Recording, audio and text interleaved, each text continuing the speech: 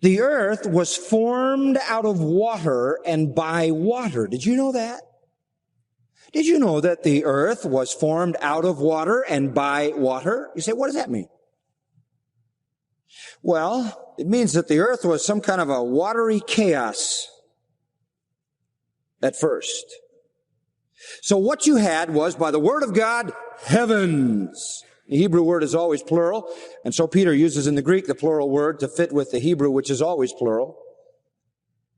So when the heavens existed long ago, spoken into existence by the word of God, at the same time, the earth was formed from some kind of watery mass. Now, to understand this, you have to go back to Genesis 1. Let's go. Genesis 1. And what he says in verse 1 is pretty simple. In the beginning, God created the heavens and the earth. Isn't that what Peter just said? He said God spoke the heavens into existence, and the earth was formed out of some watery mass. And he even tells us about it. This is really marvelous.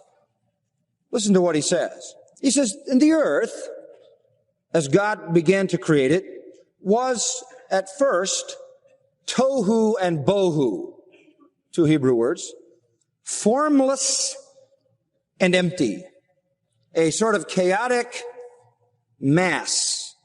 You say, what was the mass made of? Well, what did Peter say it was made of? What was it?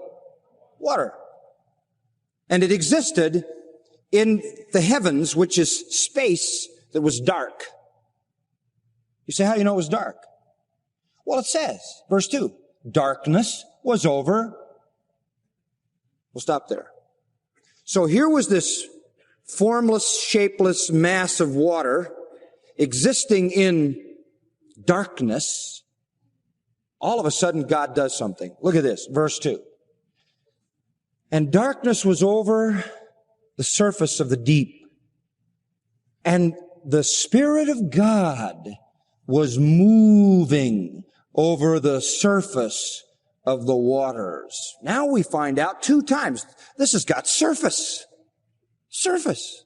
It isn't just a watery mass. It got a surface. If it got a surface, it had a shape. God pulled it into a sphere. So you have gravity, you have shape to the watery mass in verse 2. Then verse 3, God said, let there be light. And there was light. And all of a sudden there existed light. There weren't any bodies, there weren't any stars, there wasn't any sun, there wasn't any moon, there was just light. And all of the spectrum, all of the rays that go across the whole spectrum of light were created. All the waves and rays and everything that makes up light. And then he turned to the earth in verse 6.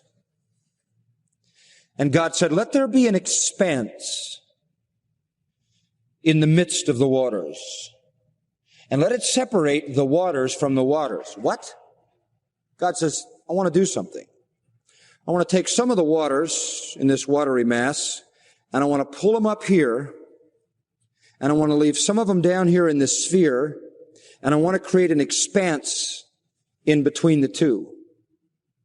So you had the watery mass, and then you had an expanse of space, and then you had water like a canopy surrounding it. A canopy around the earth. Verse 9.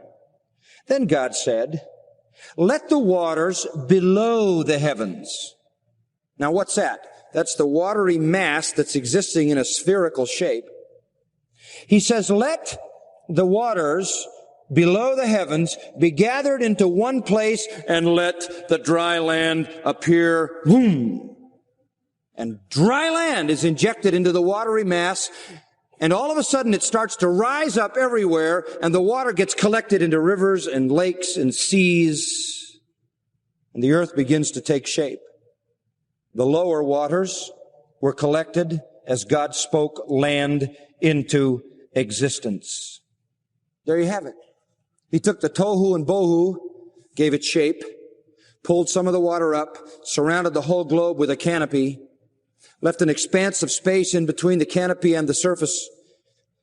Into the surface of this watery mass, he injected land, moved it into different kinds of altitudes, and caused the waters to rush into the great valleys and separated the sea from the land.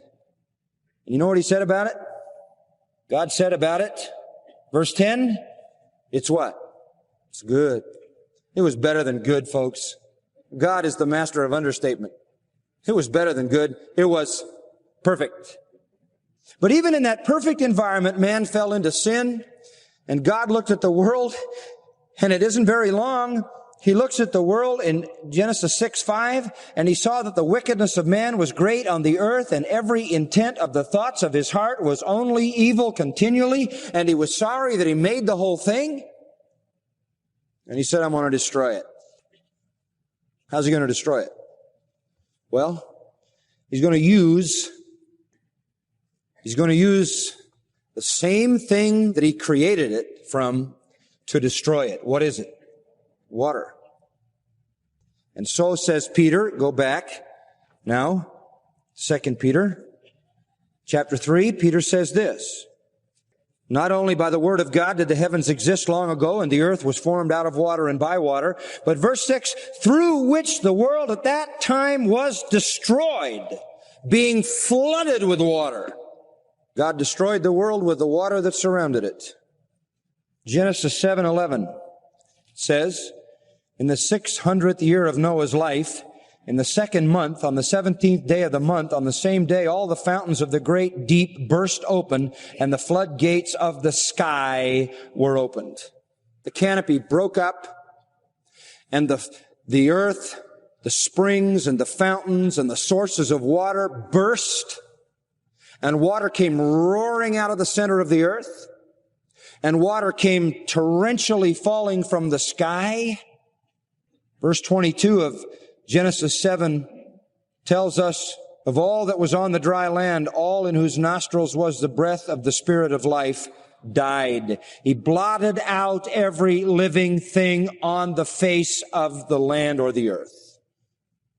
It was a worldwide flood because it was a canopy that surrounded the whole globe. Chapter 8, verse 2, the fountains of the deep, the floodgates of the sky at the end were closed when it ended. God used the water below, bursting forth, overrunning its banks. God sent the water from above, crashing down upon the earth. Water came from everywhere. And this was judgment. The whole world was destroyed. Don't say all things continue as they have from the very beginning. No, they haven't. We're not into uniformitarian evolution. God created all this in 3